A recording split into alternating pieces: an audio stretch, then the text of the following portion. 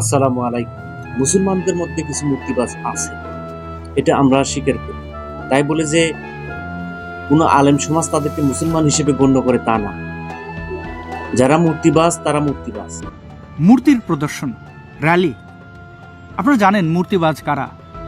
এই ভিডিওটি বাংলাদেশের কিনা তার কোনো প্রমাণ নেই, তবু আমাদের সমাজের মুসলমানরা এদেরকে কত ল্যাংটা বাবার মাজারে যায়, কত মাজার পূজা করে, তাদেরকে কি আহলে হাদিস বা ভালো আলেম সমাজ কোনোদিন মুসলমান হিসেবে গণ্য করে না। মূর্তিবাজ একমাত্র হিন্দু ধর্মের অনুসারীরা, যারা মূর্তি পূজা করে। পূজা তাদের উপাসনাই হচ্ছে মূর্তি, তো তারা মূর্তি পূজা করবে। হিন্দু ধর্মের অনুসারী যারা আছে তারা অন্তত আপনার চেয়ে অনেক ভালো আছে। তারা কোনোদিন এইভাবে প্রত্যক্ষ পরোক্ষভাবে মুসলমানদেরকে হেয় করার চেষ্টা করে না।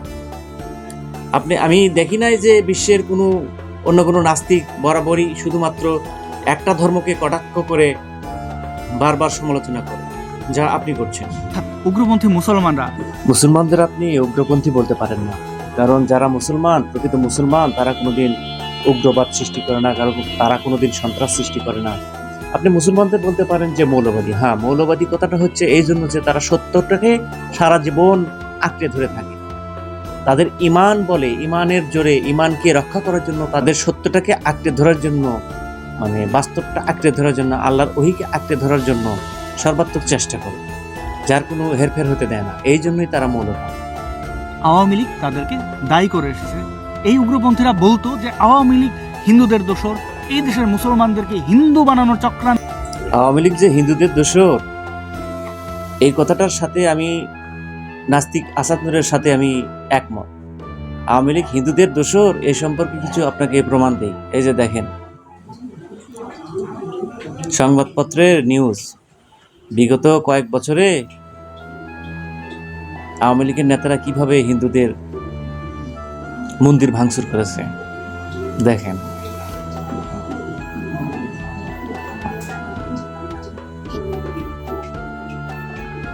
আওয়ামী লীগের নেতারা কিভাবে হিন্দুদের মন্দির ভাঙচুর করেছে দেখেন। আপনাদের নিউজ পড়তে সমস্যা হলে ভিডিও পুশ করে রেখে নিউজগুলো পড়ে নিতে পারেন। নিউজগুলো পড়ার পরে অবশ্যই মুসলমানদের প্রতি মানুষের খারাপ ধারণা পাল্টে যাবার কথা, যা অনেক আগে প্রকাশ হয়েছিল, নতুন করে আবারও। আমি কোনোদিনও দেখি নাই জামাত ইসলামের কোনো লোক মন্দির ভাঙছে, আমি কোনোদিন দেখি নাই ছাত্র শিবিরের কোনো লোক মন্দির ভাঙছে, আমি কোনোদিন দেখি নাই আহলে হাদিস আন্দোলনের কোনো লোক মন্দির ভাঙছে। আসলে এই মন্দির ভাঙ্গা জঘন্য কাজটা মুসলমানদের কোণঠাসা করার জন্য, মুসলমানদের ছোট করার জন্য, মুসলমানরা যত মাথা উঁচু করে কথা বলতে না পারে এই জন্য। তৎকালীন মন্দির ভাঙ্গার উদ্দেশ্যই ছিল রাজনৈতিক স্বার্থ চরিতার্থ করা এবং মুসলমানদেরকে সারা বিশ্বের নিকট হেয় করা। মুসলমান যাতে সারা বিশ্বের কাছে মাথা নত করে থাকে, এই জন্যই বারবার আওয়ামী লীগ দ্বারাই মন্দির ভাঙার প্রচেষ্টা করা হয়।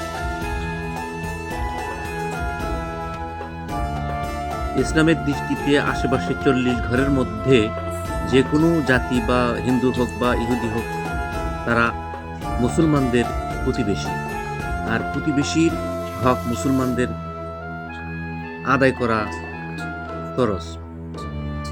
প্রতিবেশীর হক আদায় করতে গিয়ে মুসলমানরা দেখেছি হিন্দুদের মূর্তি পাহারা দিতে দেখেছি, হিন্দুদের মন্দির যাতে কোনো ক্ষয়ক্ষতি না হয় সেজন্য পাহারা দিতে দেখেছি। হিন্দু সম্পদের উপর হামলা হচ্ছে, মন্দির ভাঙা হচ্ছে। আমরা বিভিন্ন মন্দির ঘুরে বেরিয়েছি, যারা সুরক্ষিত থাকে, কেউ যেন হামলা করতে না পারে। আমরা দেখেছি অনেকে চক্রান্তভাবে আওয়ামী লীগ নেতৃবৃন্দ কিন্তু এই মন্দির ভাঙচুর করে এই সরকারকে বিপরীত অবস্থায় ফেলার জন্য চেষ্টা করছে। আমরা মনে করি বাংলাদেশে কোথাও এই পূজার ব্যাপারে সংখ্যা নেই। তারপরও এই সরকারের মধ্যে যেহেতু চক্রান্ত চলছে, আমরা বিএনপি প্রতিটা নেতাকর্মীকে বিভিন্ন দুর্গা পূজায় সহযোগিতা করার জন্য এবং নিরাপত্তা দেওয়ার জন্য আমরা আহ্বান জানিয়েছি।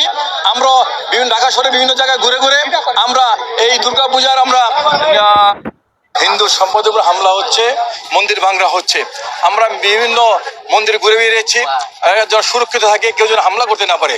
আমরা দেখেছি অনেকে চক্রান্তভাবে আওয়ামী লীগ নেতৃবৃন্দ কিন্তু এই মন্দির ভাঙচুর করে এই সরকারকে বিব্রত অবস্থায় ফেলার জন্য চেষ্টা করছে। আমরা মনে করি বাংলাদেশে সত্যের সাথে চলি, হকের কথা বলি। হক এন্টারটেইনমেন্ট আর্ট।